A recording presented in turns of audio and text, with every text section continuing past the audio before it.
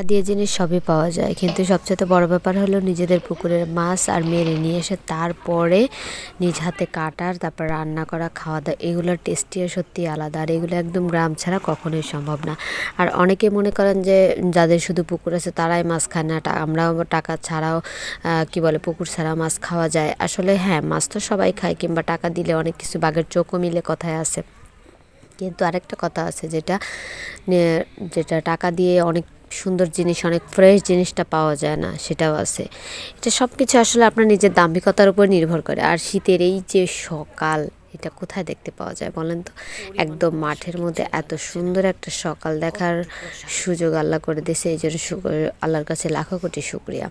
আর সকাল সকাল ঘুম থেকে উঠে এইটা করতে ওইটা করতে, সকালবেলা উঠেই যদি শুনি হ্যাঁ এখন যেতে হবে পুকুরে, একটু মনে আনন্দও কাজ করে আপনাদের সাথে ভিডিওগুলো শেয়ার করার জন্য। আবার একটু শীতের ভয়ে একটু যেতেও ইচ্ছে করে না, মাঝে মাঝে যাই মাঝে মাঝে যাই না, বিষয়টা এমন। আবার সেদিন গেলাম, তো গিয়ে দেখলাম যে একদম যারা জেলে মাছ মারে তারা একদম পুকুরে নেমে গেছে অলরেডি। তারা শীতের মধ্যে কিভাবে মাছটা মারে তাহলে বুঝেন। তখন আর আমরা বসে উপর থেকে দেখতে, আমরা নিতেই কষ্ট হয়। আর তারা এই যে ফজরের আজানের পর থেকে শুরু করে তারা মাঠে নামে, কি যে একটা দুর্বিষহ জীবন তাদের, বাবারে বাবা। এই যে জালের উপরে দেখেন মাছ ঘুরঘুর করতেছে, মাছ উঠতেছে, আর এমন কাদার কাদা ছিল। আর জাল নিয়ে আসছিল সেদিন একদম নেট জাল, মানে বাঁধাই জাল, যেটা ছোট মাছ থেকে শুরু করে সব উঠছে। আর সেদিন এত এত মাছ উঠছে যে ময়লা কাদা ওগুলার মধ্যে একদম পুরো আটকে গেছে, মাছ লাস্টে তোলাই যায়নি। পরে শেষে বলছে যে ওগুলো সব ছেড়ে দাও, সব আবার ছেড়ে দেওয়া হয়েছে। আর শীতের সকালে সিমের ফুলের দেখেন কি যে সুন্দর লাগতেছে, মাশাল্লাহ, কুয়াশা পড়ে একদম।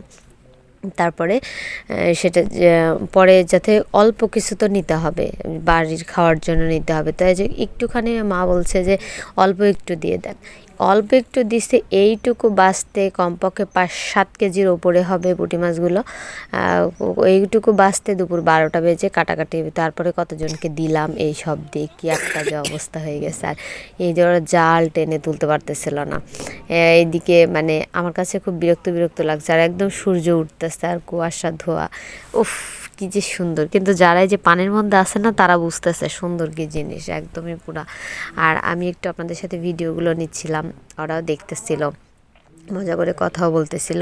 তো আমি কথাগুলো বরাবরই তো নেই না, আপনারা দেখেন, আবার মাঝে মাঝে নিই মাঝে মাঝে নেই না। জাল একদম কাছে উঠাই ফেলছে। আর আমার মেয়ে মাঝে মাঝে বলে তুমি আমাকে ডাক দাও না কেন, আমাকে ডাক দাও না কেন। পরে একদিন ডাক দিছে, পরে দেখে যে আমি বড় মাছটা আমি নিব। পরে সে বড় মাছটাই পরে নিয়েছে, ও নয়নমণি বলছে, তারপরে বড় মাছটাই পরে নিয়ে আসছে। আপনাদের সামনে তো কাটলাম, ভিডিও করলাম, দেখলেন আপনারা। আর এই কিয়াতে কাদার নিচে এত পরিমাণ মানে ময়লা ছিল, অল্প একটু জায়গা দিছে, একদম পুরো মাছ কাটতে পুরো 12টা-1টা বেজে গেছে। আর পুরোটা দিলে সারাদিনও মনে হয় বেছে শেষ করতে পারতাম না, বড় অবস্থা। পুরোটা জুড়ে একদম মাছ বের হয়ে যাচ্ছিল। আর এই পুকুরে তো কয়েকদিন পরেই আবার ধান লাগাই ফেলবে, এই জন্য তাড়াতাড়ি করে মাছগুলো মেরে এই পুকুর থেকে ওই পুকুর দিচ্ছে, বাজারে নিচ্ছে, সব কিছু মানে একটা গোলমেলে পরিবেশ চলতেছে। কারণ খুব বেশি তো এইটাতে পানি থাকে না, মানে খুব টাফ হয়ে যায়। এই শীতকাল শেষ হইলেই মানে খরার দিনে আর কি পানি দেওয়াটা অনেক বেশি টাফ হয়ে যায়, রাখা যায় কিন্তু প্রচুর পরিমাণে পানি দিতে হবে। এই জন্য একদম ধান লাগিয়ে ফেলে, 1 বছর ধান হয় 1 বছর মাছ হয় এটাতে। আপনারা দেখতেই পাবেন, ভিডিওগুলো আসবে। আর একদম সূর্যটা কিন্তু উঠে গেছে। পরে আমি আবার বিরক্ত লাগতেছিল, বাড়ির দিকে ছুটছিলাম, আর ভাল লাগতেছে না। পরে আমি রে মাছে কি হচ্ছে না হচ্ছে, পরে যাই হোক বাড়িতে চলে আসলাম। বাড়িতে চলে আসার ওরা আবার ফোন করছে, আবার যাওয়া লাগছে। সব মিলে কতবার যাওয়া আসা, মনে করেন যে অবস্থা খারাপ হয়ে যাচ্ছিল। আর এদিকে রোদ উঠে গেছে মোটামুটি। তারপরে বাড়ির দিকে আবার রওনা দিচ্ছি। নয়নমণি নাকি উঠছে, কান্নাকাটি শুরু করতেছে। তারপরে আবার দৌড়ায় দৌড়ায় বাড়ির দিকে ছুটলাম। তো সব কিছু মিলিয়ে ভিডিওটা কেমন লাগলো, আর ভিডিওটা অবশ্যই একটু কমেন্ট বক্সে জানাবেন। আর যাদের কাছে ভালো লাগবে একটু অবশ্যই ভিডিওটা শেয়ার করতে কিন্তু ভুলবেন না, কারণ আপনাদের শেয়ার আর কিছু কিছু কমেন্টস করেন যে আপু ভাই আপনাদের গ্রামের ভিডিও আরও বেশি দিবেন, আরও বেশি দিবেন, তাদের জন্য ভিডিওগুলো। আর অনেকদিন বড় ভিডিও দেওয়াও হয় না, আসলে বড় ভিডিও এডিট করতে সময়ও লাগে। আর গ্রামে এসে সবচেয়ে আমার বেশি এটা হয়েছে, তাড়াতাড়ি আমি 10টার মধ্যে এদিকে ঘুমাই যাই, আর 11টার দিকে ঘুমাইলে দেখা যায় যে আমি রাতে আর জাগাও পাই না, না, তখন মানে আর ভোরবেলাও জায়গা পাই না, এমন একটা অবস্থা হয়ে যায়। তো সব মিলে তাড়াতাড়ি ঘুম ধরে যায়, আগের মতো আর সত্যি আগে যেমন ঘুম হতো না, দেখা যায় অনেক রাত জেগে থাকতাম, আর এখন খুব তাড়াতাড়ি ঘুম হয়।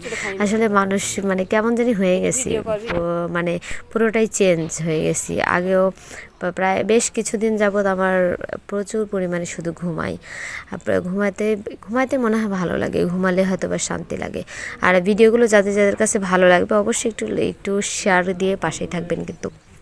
আর যারা আমার আরও ভিডিওগুলো কেমন ভিডিও দেখতে চান একটু কমেন্টে জানাবেন।